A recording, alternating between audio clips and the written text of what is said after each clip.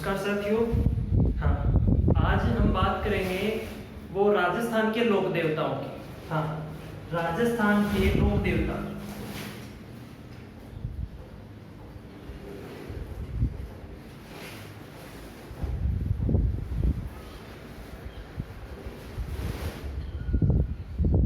राजस्थान के जो लोक देवता हैं इनमें लगभग चार पांच क्वेश्चन हमेशा हर पुलिस के पेपर में, पटवार के पेपर में, ग्राम सेवक में पूछ ले जाते हैं। हर पेपर में लोक देवता कल्चर से संबंधित जो क्वेश्चन होंगे उनमें लोक देवताओं के ऊपर सबसे ज्यादा क्वेश्चन मिलेंगे आपको। अब बात ये आती है कि लोक देवता किन्हें कहते हैं, है ना। तो राजस्थान में जो लोक देवताओं की और जो मैं कहूँ कि लोक देवताओं की मान्यता मिली उनको, तो वो एक चमत्कारिक अलौकिक शक्तियां जिनके पास हुआ करती थी उनको, और लोक देवताओं की एक साधारण ही पुरुष हुआ करते थे वो भी, लेकिन उनको किनकी संज्ञा दे दी? लोक देवताओं की। साथ ही जो गायों को बचाते हुए और अपने प्राणों को त्याग दिया जिन्होंने, उनको भी लोक देवताओं की श्रेणी में रखा गया है। तो ज्यादातर गायों की सेवा भाव में या गायों को बचाने के और गायों को बचाते बचाते जिनके प्राण चले गए वही लोक देवता कहलाते हैं, है ना। लेकिन लोक देवताओं सबसे पहले हमसे क्वेश्चन पूछा जाता है कि पंचपीर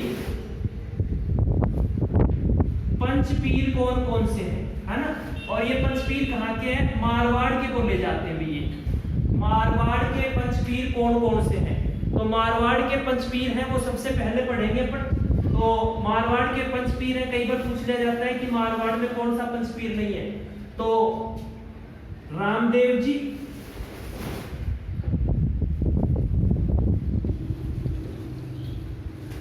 पाबू जी,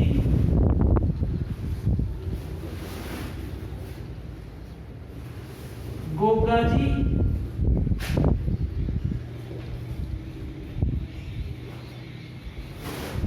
हड़कू जी और मांगलिया मेहा जी। हाँ, मांगलिया मेहा जी मांगलिया बोल सकते हो, मांगलिया मेहा जी, रामदेव जी, पापू जी, गोगा जी, हड़कू जी, मांगलिया मेहा जी, ये मारवाड़ के पंचपीर कहे जाते हैं। सबसे पहले क्वेश्चन इन्हीं में से पूछेगा आपसे, और पूछेगा कि निम्न में से कौन सा पंचपीर नहीं है। 4 ऑप्शन डाल देगा आपको। लेकिन मेरा ये मानना है, जो वन लाइन क्वेश्चन देता हूं, अगर आपकी तैयारी बढ़िया है तो आपको क्वेश्चन जो ही बोलो तो आंसर दिमाग में आना चाहिए। ये नहीं कि सर ऑप्शन क्या होगा, 4 ऑप्शन डालो। ऑप्शनों से पढ़ाई नहीं होती कभी भी। ऑप्शन डालोगे तो तैयारी आपकी वीक होती जाएगी। क्यों? क्योंकि आप उनमें से तुक्का लगाने की सोचोगे। इसलिए आपको क्वेश्चन का जवाब हाथों हाथ आना चाहिए। क्वेश्चन आ गया मारवाड़ के पंचपीर कौन से, ये 5 नाम याद होने चाहिए। ये नहीं कि सर 5 नाम डालिए या 4 नाम डालिए, ऑप्शन डालिए, तो उससे भी पढ़ाई और एकदम से स्ट्रॉन्ग नहीं हो पाती है। अगर क्वेश्चन के साथ ही आपका आंसर आ जाता है तो वो आपका सबसे बेस्ट है।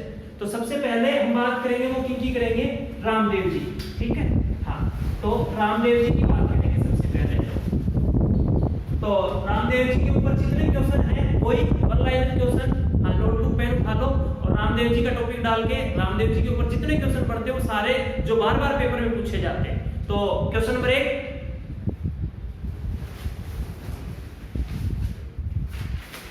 रामदेव जी का जन्म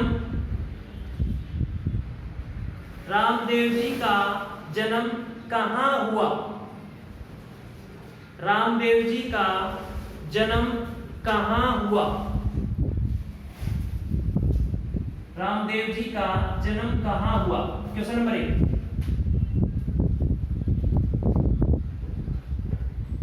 रामदेव जी का जन्म कहां हुआ?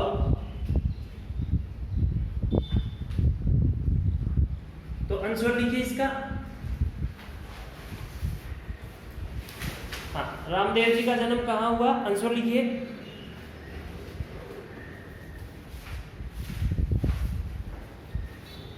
उंडू काश्मीर,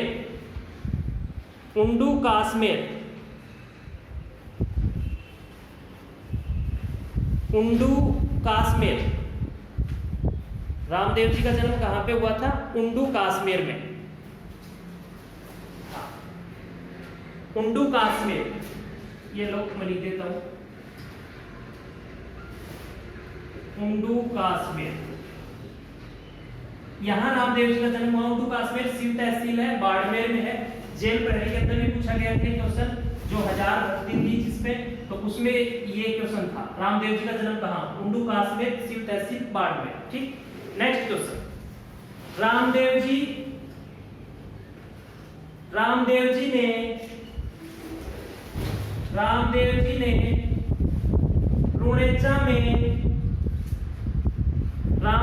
ने रुणेचा में कौन सा पंथ चलाया?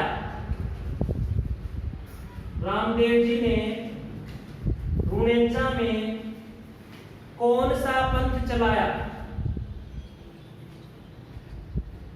रामदेव जी ने रुणेचा में कौन सा पंथ चलाया?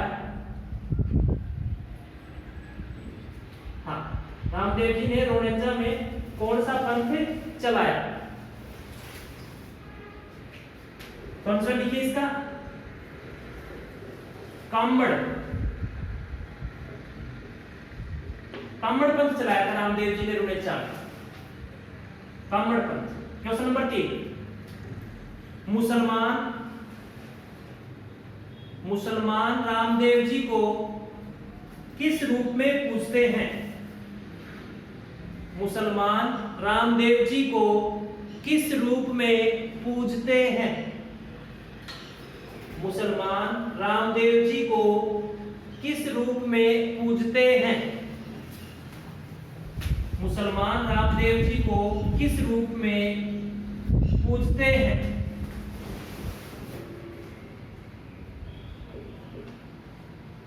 आंसर लिखिए, रामसा पीर, रामसा पीर,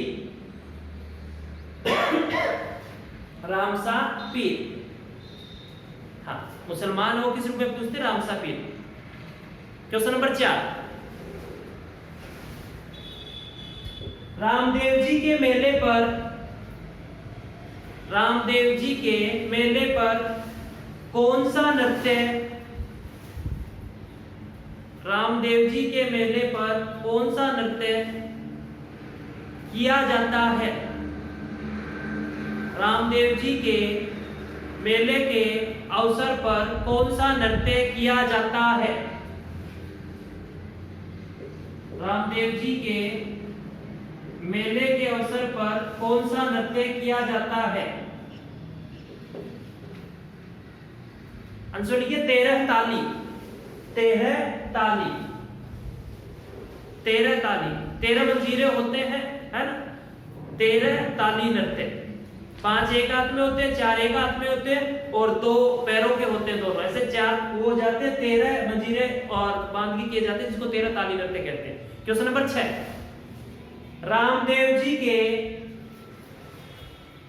क्वेश्चन नंबर 5, रामदेव जी के हरिजन भक्त क्या कहलाते हैं? रामदेव जी के हरिजन भक्त क्या कहलाते हैं? रामदेव जी के हरिजन भक्त क्या कहलाते हैं? रामदेव जी के हरिजन भक्त क्या कहलाते हैं? तो आंसर लिखिए उसका, रिखिया। रामदेव जी के हरिजन भक्त वो क्या कहलाते हैं? रिखिया कहलाते हैं, रिखिया बोलते हैं उनको। क्वेश्चन नंबर 6, हिंदू रामदेव जी को किस रूप में पूजते हैं? हिंदू रामदेव जी को किस रूप में पूजते हैं? हिंदू रामदेव जी को किस रूप में पूजते हैं?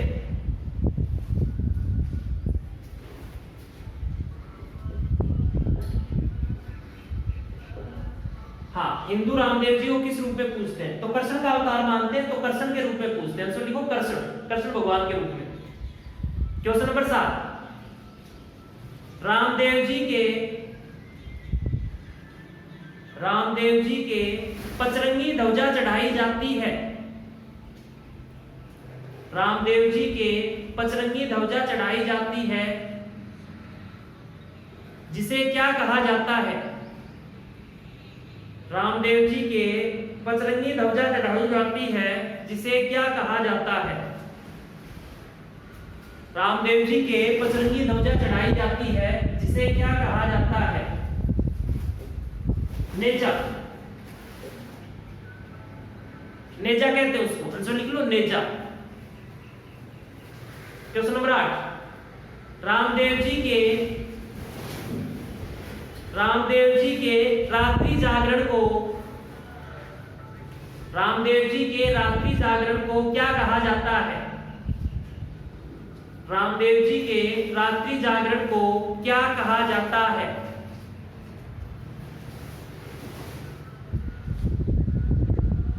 रामदेव जी के रात्रि जागरण को क्या कहा जाता है? रामदेव जी के रात्रि जागरण को क्या कहा जाता है? तो आंसर लिखिए जंभा। जंभा बोलते हैं उसको। रामदेव जी के जो रात्रि जागरण होता है उसको क्या बोलते हैं? जंभा बोलते हैं उसको।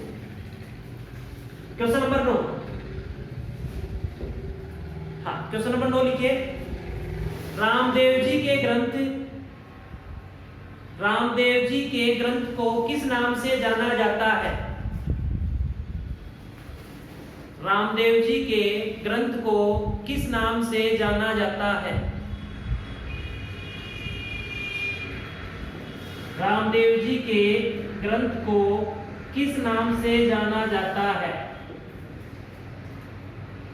तो आंसर लिखिए 24 बाणियां। रामदेव जी द्वारा रचित ग्रंथ कौन सा है? 24 बाणियां। 24 बाणियां नाम है उस ग्रंथ का। क्वेश्चन नंबर 10, रामदेव जी की आस्था में भक्तों द्वारा क्या बाचे जाते हैं? रामदेव जी की आस्था में भक्तों द्वारा क्या बाचे जाते हैं?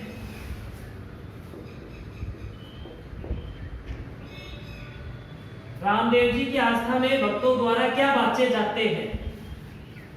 तो आंसर लिखिए ब्यावले, है ना। रामदेव जी के जो भक्त हैं वो क्या बाजते हैं? ब्यावले बाजते हैं रामदेव जी की। तो आंसर लिखो ब्यावले। क्वेश्चन नंबर 11, रामदेव जी का प्रधान देवरा कहां बना हुआ है? रामदेव जी का प्रधान देवरा कहां बना हुआ है?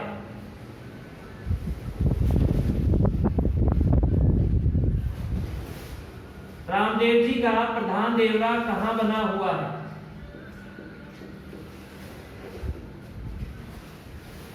हाँ, आंसर लिखिए रुणेचा। रुणेचा जैसलमेर में है। रामदेव जी का प्रधान देवरा कहां है? आंसर लिखो रुणेचा। और देवरा क्या होता है? अभी अपने जैसे मंदिर बोलते हैं ना, वैसे ही राजस्थानी कल्चर में मंदिर को क्या बोलते हैं? देवरा या पीठ बोल दो, है ना। तो रामदेव जी का प्रधान देवरा कहां पे? रुणेचा जैसलमेर में। नेक्स्ट क्वेश्चन नंबर 12, मारवाड़ का कुंभ किसे कहा जाता है? मारवाड़ का कुंभ किसे कहा जाता है? मारवाड़ का कुंभ किसे कहा जाता है? मारवाड़ का कुंभ किसे कहा जाता है? तो आंसर लिखिए रुणेचा मेला। रुणेचा मेला है, इसको मारवाड़ का कुंभ कहते हैं, क्योंकि मारवाड़ में इतना बड़ा कोई मेला नहीं लगता है अभी। तो मारवाड़ का कुंभ कहा जाता है, वो किसको कहा जाता है? रुणेचा मेला को कहा जाता है, जो जैसलमेर में लगता है ना। तो क्योंकि जो कुंभ का मेला होता है वो बड़ा होता है, महाकुंभ भी होता है, तो मारवाड़ का कुंभ कहते हैं रुणेचा। क्वेश्चन नंबर 13, हाँ, रामदेव जी के चढ़ावे के रूप में क्या चढ़ाया जाता है? रामदेव जी के चढ़ावे के रूप में क्या चढ़ाया जाता है? रामदेव जी के चढ़ावे के रूप में क्या चढ़ाया जाता है?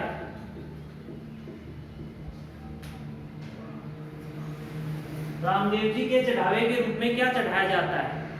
तो आंसर लिखिए काले कपड़े का घोड़ा, काले कपड़े का बना घोड़ा, काले कपड़े का बना घोड़ा।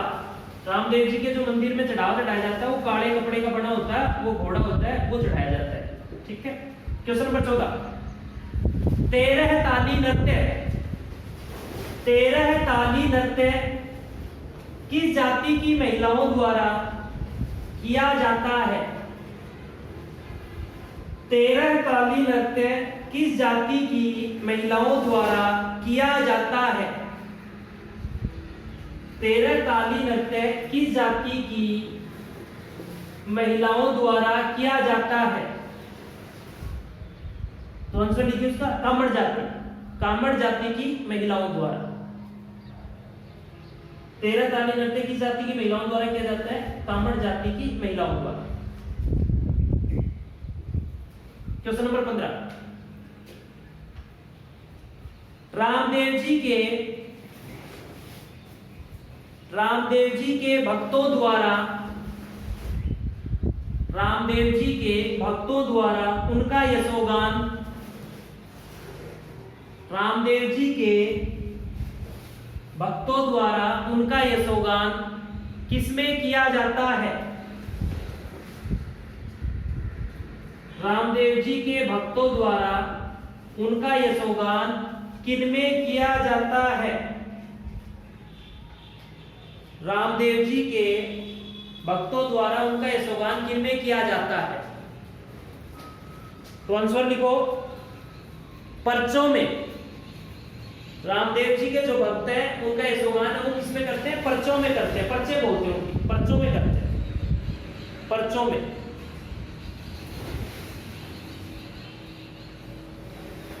नेक्स्ट क्वेश्चन लिखिए, क्वेश्चन नंबर 16, छोटा रामदेवरा, छोटा रामदेवरा किस राज्य में स्थित है?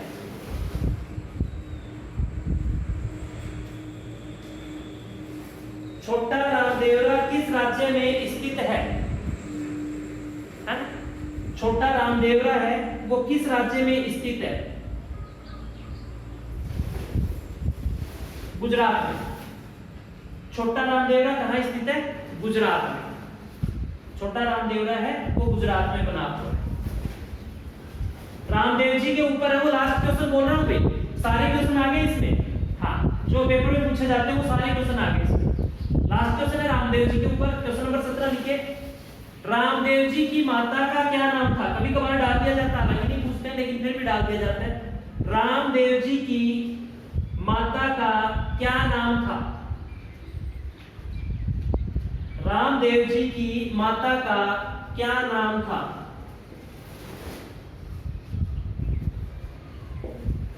रामदेव जी की माता का या मां का क्या नाम था? है ना, रामदेव जी की मां का क्या नाम था? मेणा दे। उसका नाम क्या था? मेणा दे। हाँ, रामदेव जी की मां का नाम था मेणा दे। हाँ, लिख लो, ये मेणा दे नाम था उसका।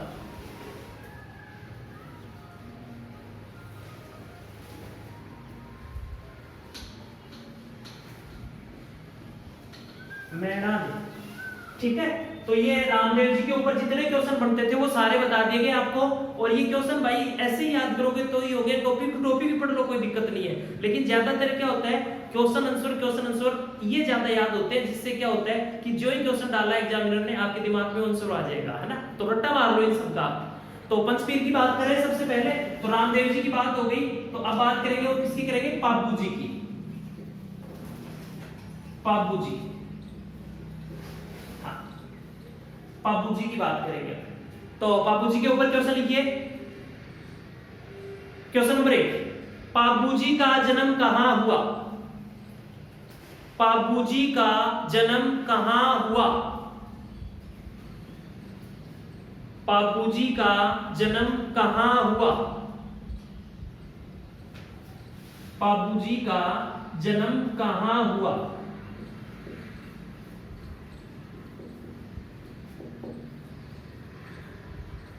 तो आंसर लिखिए, कोल्लू गांव। कोल्लू गांव है फलोदी, जोधपुर में, जोधपुर डिस्ट्रिक्ट में आता है, फलोदी में। तो पापू जी का जन्म कहां हुआ? कोल्लू गांव में, कोल्लू गांव, जोधपुर। क्वेश्चन नंबर 2, पाबूजी का प्रधान देवरा कहाँ है? पाबूजी का प्रधान देवरा कहाँ है?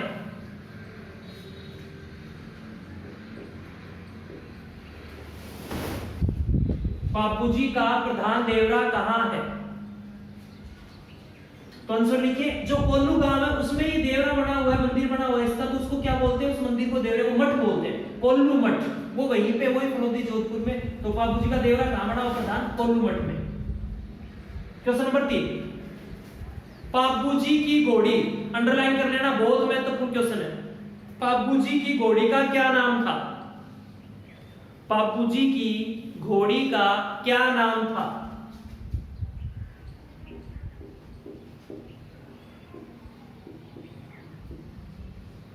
पाबूजी की घोड़ी का क्या नाम था? तो आंसर लिख लो, केसर कालवी।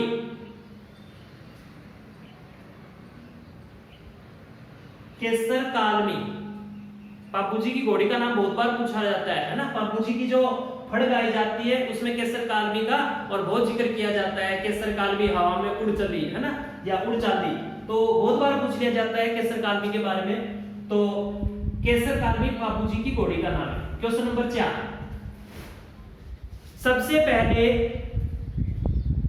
पहले मारवाड़ में ऊंट लाने का श्रेय, सबसे पहले मारवाड़ में ऊंट लाने का श्रेय किसे दिया जाता है?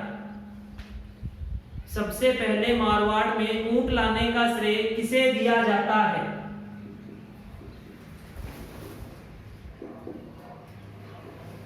सबसे पहले मारवाड़ में ऊंट लाने का श्रेय किसे दिया जाता है?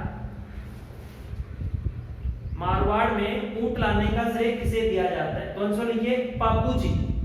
पाबूजी ने, और मारवाड़ में सबसे पहले पाबूजी है वो ऊंट लेके आए थे, तो मारवाड़ में और श्रेय दिया गया, पाबूजी को दिया गया ऊंट लाने का। क्वेश्चन नंबर 6,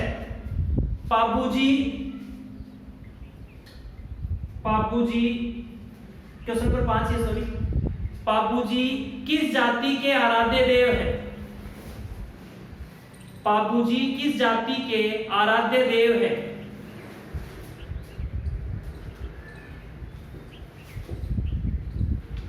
पाबूजी किस जाति के आराध्य देव हैं? तो आंसर लिखिए, राइका जाति। राइका जाति, राइका बोल दो रेबारी जाति, है ना। राइका जाति रेबारी जाति के हैं, वो क्या है? और राइका जाति रेबारी जाति के आराध्य देव माने जाते हैं। और कई बार जैसे पूछ लिया जाता है ऊंट पालक जाति है वो कौन सी है, तो ऊंट पालक जाति है वो कौन सी? भी राइका रेबारी जाति है, वो ऊंट पालक जाति के रूप में जानी जाती है, ठीक है। तो राइका रेबारी जाति। क्वेश्चन नंबर 6 लिखिए, ऊंट बीमार होने पर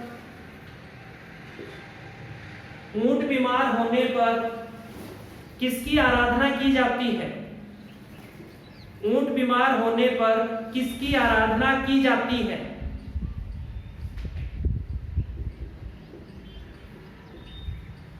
पाबूजी।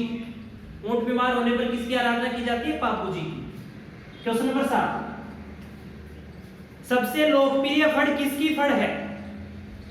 सबसे लोकप्रिय फड़, अंडरलाइन कर लेना, सबसे महत्वपूर्ण, और सारे क्वेश्चन महत्वपूर्ण है ये तो, है ना। तो सबसे लोकप्रिय फड़ किस लोक देवता की फड़ है? सबसे लोकप्रिय फड़ किस लोक देवता की फड़ है? सबसे लोकप्रिय फड़ किस लोक देवता की फड़ है?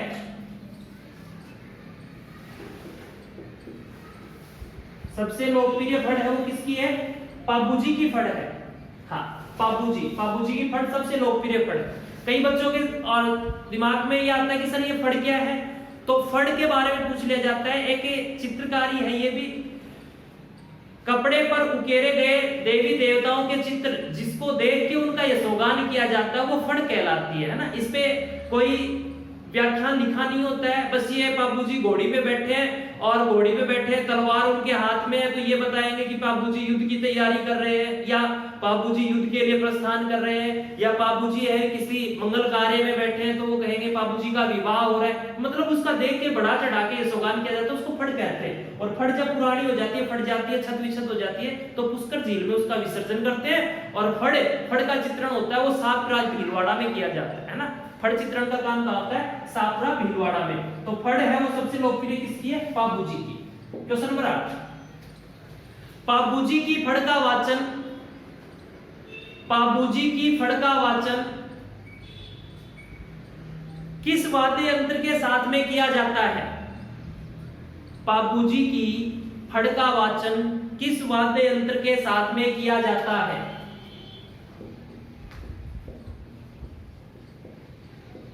बाबूजी की फड़ का वाचन किस वाद्य यंत्र के साथ में किया जाता है? बाबूजी की फड़ का वाचन किस वाद्य यंत्र के साथ में किया जाता है? रावण हत्था, है ना। रावण हत्था वाद्य यंत्र, बजाने का जो यंत्र होता है, वाद्य यंत्रों की भी चर्चा करेंगे अपन। तो रावण हत्था होता है, तो रावण हत्था वाद्य यंत्र के साथ में बाबूजी की फड़ का वाचन किया जाता है। क्वेश्चन नंबर 9 देखिए, क्वेश्चन नंबर 9, हिंदू बाबूजी को किसका अवतार मानते हैं? हिंदू बाबूजी को किसका अवतार मानते हैं? हिंदू बाबूजी को किसका अवतार मानते हैं?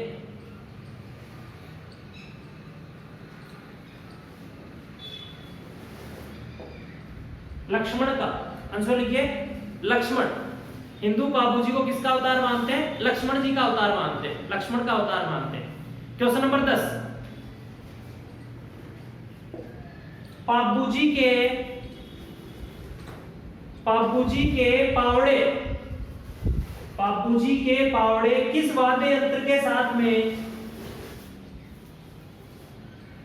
बाबूजी के पावड़े किस वाद्य यंत्र के साथ में गाए जाते हैं? बाबूजी के पावड़े किस वाद्य यंत्र के साथ में गाए जाते हैं? माठ। बाबूजी के पावड़े किस वाद्य यंत्र के साथ में गाए जाते हैं? माठ वाद्य यंत्र के साथ में। क्वेश्चन नंबर 11, बाबूजी ने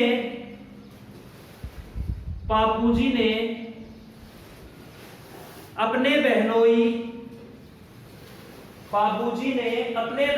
जिंदाराव खिंची से, बाबूजी ने अपने बहनोई जिंदाराव खिंची से किसकी गाय छुड़ाई?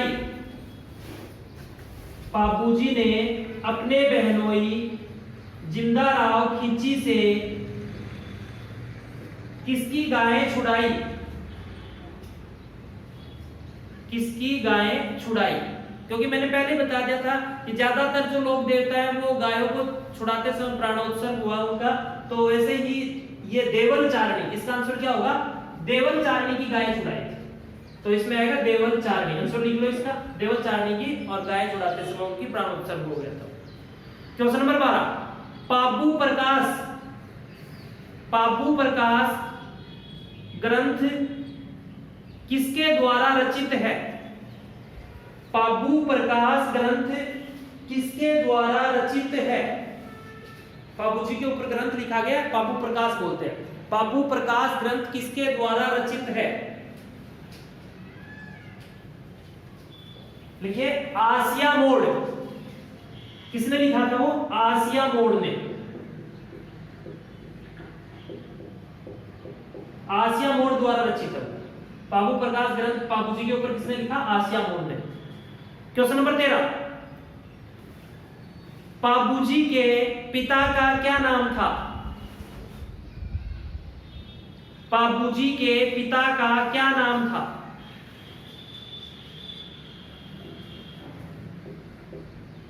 बाबूजी के पिता का क्या नाम था?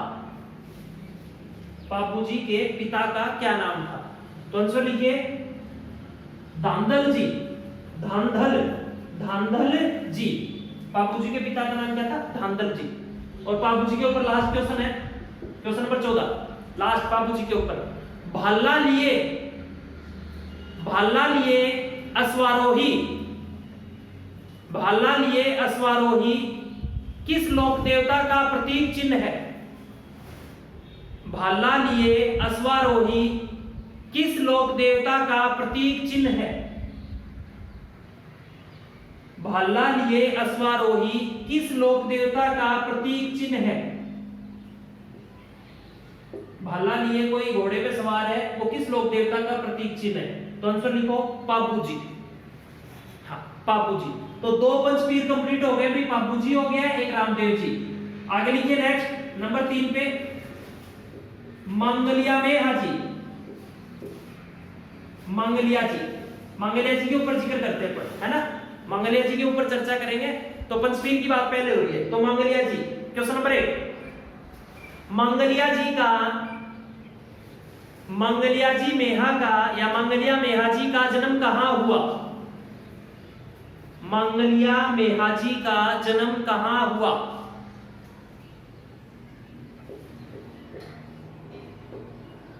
मंगलिया मेहा जी का जन्म कहां हुआ? आंसर लिखिए बापड़ी गांव, बापड़ी गांव, बापड़ी गांव जोधपुर में। मंगलिया मेहा जी का जन्म कहां हुआ? बापड़ी गांव जोधपुर में। इसमें 1-2 बात ही महत्वपूर्ण है, बस नोट लगा के लिख लेना चाहिए। और सारी चीज वैसे मैंने बताया कि टॉपिक टू टॉपिक सारी चीज बताऊंगा आपको।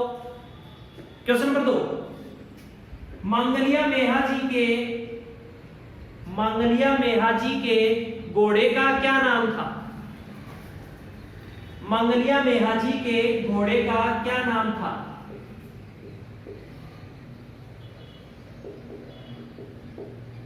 मंगलिया जी या मंगलिया मेहा जी के घोड़े का क्या नाम था? तो आंसर क्या होगा भी उसका? किरण काबरा, किरण काबरा। मंगलिया मेहा जी के घोड़े का नाम क्या था? किरण काबरा। और लास्ट क्वेश्चन है मंगलिया मेहा जी पे। हाँ, क्वेश्चन नंबर 3, बाटी शासक राणक